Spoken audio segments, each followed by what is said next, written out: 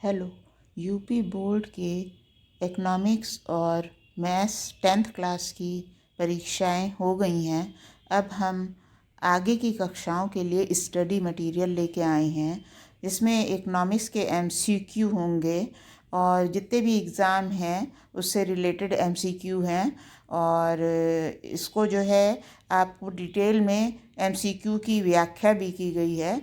तो इस मेरे चैनल को सब्सक्राइब कर दीजिए, जिससे हम जो भी वीडियो अपलोड करें उसको आप टाइम से देख सकें। तो इस वीडियो में आप क्या देखेंगे, ये है अर्थशास्त्र के उत्तर एमसीक्यू के और विस्तृत समाधान के साथ एमसीक्यू प्रश्न। अर्थशास्त्र के एमसीक्यू क्विज़ और अपनी आगामी परीक्षा जैसे banking, SSC, railway, UPSC, state, PCS की तैयारी करें। क्वेश्चन 1 है डैश भारतीय अर्थव्यवस्था का प्राथमिक क्षेत्र है। ऑप्शन है बैंक, सूचना और प्रौद्योगिकी, कृषि, न्यायतंत्र। उत्तर नहीं देना चाहते हैं तो इसका आंसर है सही विकल्प 2 यानी कृषि है। चलिए इसकी व्याख्या करते हैं।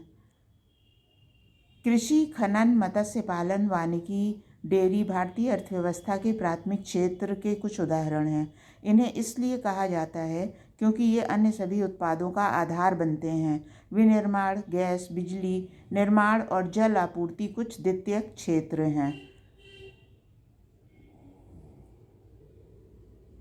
ये भारतीय जीडीपी में लगभग 29.6% का योगदान देता है। ट्रकों या ट्रेनों द्वारा ले जाया गया सामान, बैंकिंग, बीमा, वित्त तृतीय क्षेत्र के अंतर्गत आते हैं। फिर क्वेश्चन 2 है स्वर्ण क्रांति किससे संबंधित है। ऑप्शन है कीमती खनिज, दलहन, जूट, बागवानी और शहद। आंसर है इसका 4th बागवानी और शहद। इसकी व्याख्या है स्वर्ण क्रांति बागवानी और शहद से संबंधित है। ये 1991 में शुरू हुआ और 2003 तक चला था। स्वर्ण क्रांति के जनक निरपक्ष तुच्छ हैं। गोल्डन फाइबर क्रांति जूट उत्पादन से संबंधित है। क्वेश्चन 3 है रेपो दर डैश पर दर है। वाणिज्यिक बैंक जनता को ऋण देते हैं। सेकंड, वो दर जो सरकारी ऋण देने के लिए ली जाती है। थर्ड, आरबीआई वाणिज्यिक बैंकों को ऋण देता है। फोर्थ, उपयुक्त में से एक से अधिक। और फिफ्थ है उपयुक्त में से कोई नहीं। आंसर थर्ड सही है, आरबीआई वाणिज्यिक बैंकों को ऋण देता है। इसकी व्याख्या है रेपो दर वो दर है जिस पर किसी देश का केंद्रीय बैंक, भारत के मामले में भारतीय रिजर्व बैंक, किसी भी धन की कमी की स्थिति में वाणिज्यिक बैंकों को पैसा उधार देता है। रेपो दर का उपयोग मौद्रिक अधिकारियों द्वारा मुद्रास्फीति को नियंत्रित करने के लिए किया जाता है। यह अल्पकालिक संपार्श्विक समर्थित उधार एक दर है। क्वेश्चन 4 है 2024-25 के अंतरिम बजट के अनुसार चालू वित्त वर्ष के लिए सरकार की विनिवेश योजना क्या है। ऑप्शन 1 है 50,000 करोड़, ऑप्शन 2 है 70,000 करोड़, ऑप्शन 3 है 60,000 करोड़ और चौथा है उपयुक्त में से कोई नहीं और चौथा उपयुक्त में से एक से अधिक और पांचवा उपयुक्त में से कोई नहीं। तो इसका आंसर 1 सही है, 50,000 करोड़। इसकी व्याख्या देखिए। सरकार ने वित्त वर्ष 24-25 के लिए 50,000 करोड़ रुपए का विनिवेश लक्ष्य रखा है। चालू वित्त वर्ष 23-24 के दौरान विनिवेश संग्रह का संशोधित अनुमान 30,000 करोड़ रुपए आंका गया है, जो पिछले साल बजट पेश करने के समय अनुमानित 51,000 करोड़ रुपए से कम है। क्वेश्चन 5 है वर्ष 2024-25 में अंतरिम बजट के अनुसार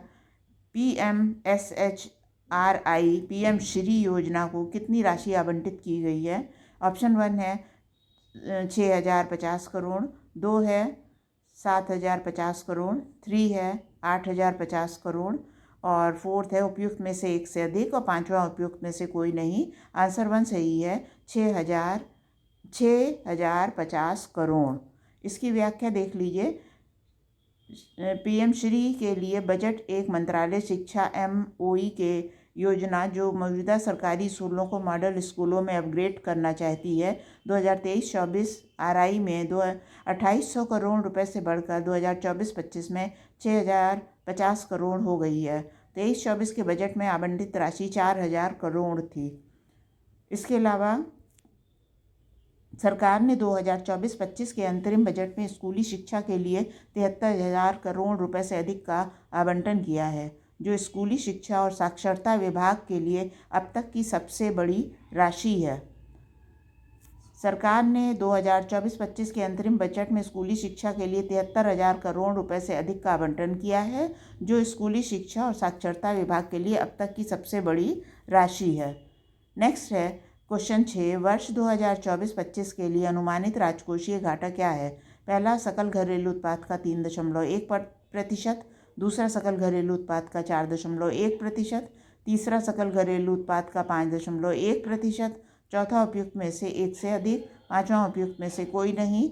आंसर 3 सही है, सकल घरेलू उत्पाद का 5.1%।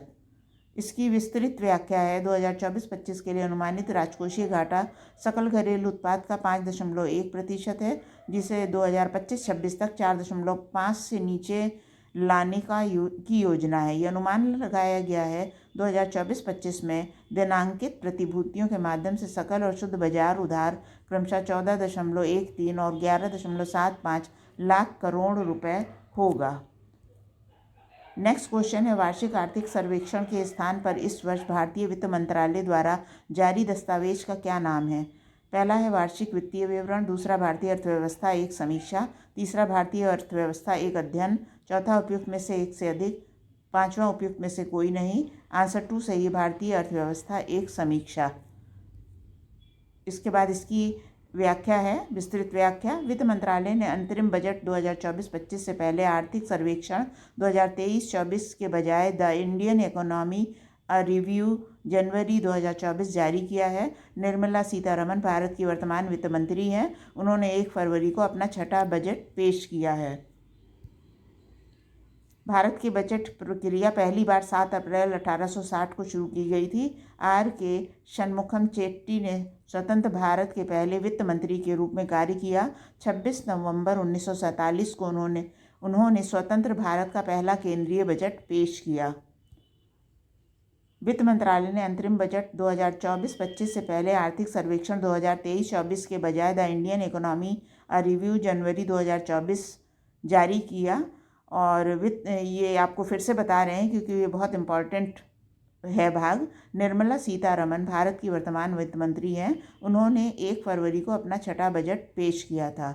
तो इस वीडियो में हमने जो आपके MCQ लिए हैं उसको डिटेल समझाया है। UPSC की परीक्षा में डिटेल में आता है और बाकी सब कॉम्पिटिटिव एग्ज़ाम में आपको MCQ में ऑप्शन छांटने होते हैं, इसलिए मैंने इसका दोनों तरह का आंसर दे दिया है। आशा करते हैं कि आपको ये वीडियो बहुत अच्छे से समझ में आई होगी और वीडियो में कुछ और चाहिए तो हमें कमेंट में कमेंट करिए, कमेंट बॉक्स में।